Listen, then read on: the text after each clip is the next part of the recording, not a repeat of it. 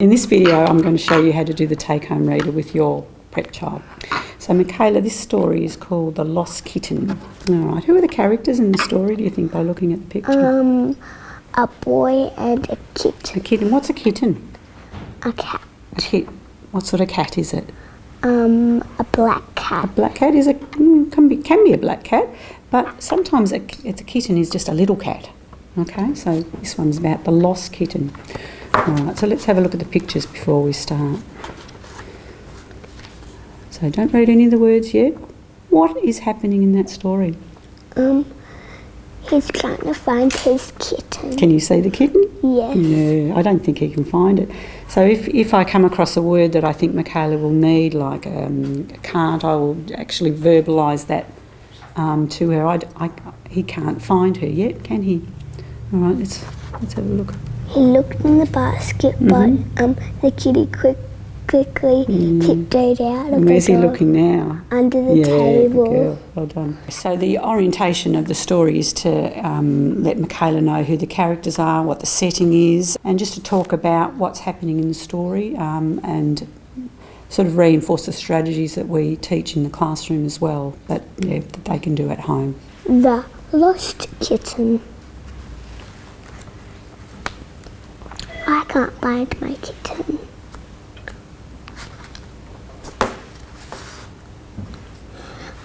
I looked for my kitten in the basket, but he wasn't there. I looked for my kitten under the table, but he wasn't there. He wasn't under there.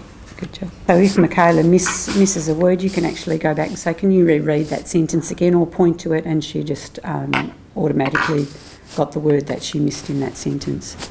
Sometimes you can leave that alone if the meaning of the sentence is still there. But Michaela is so good at picking out words now, we can go back and she won't lose the meaning if we do that.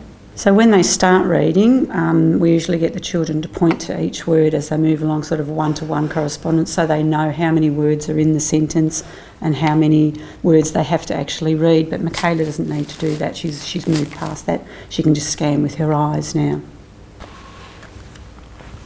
I have looked and looked and looked for my kitten, but I can't find him anywhere. Ta-da! All right, so I'm going to ask you some questions about the book now to see if you really listen to the story. So where did he look for the kitten? In the toy box, under the bed, under the table, on the chair. Oh, you do remember all the parts to the story. Well done. What were some of the positional words in the story? Under, behind, on, on, in. Great.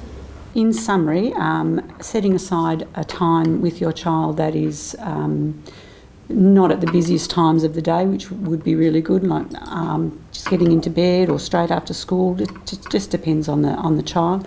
A quiet time, a quiet place where you can enjoy reading with your child. It's important to orientate the story so that Michaela gets an idea of some of the words that are in the story. And it's also good to, at the end, ask questions of Michaela about the story, just to make sure that she understands and she comprehends what's happening in the story. At this stage, Michaela can easily just scan with her eyes, and she knows to use the picture. She's got all those strategies. And early readers, we don't cover up the picture because that's one of the clues that they have to decode the text.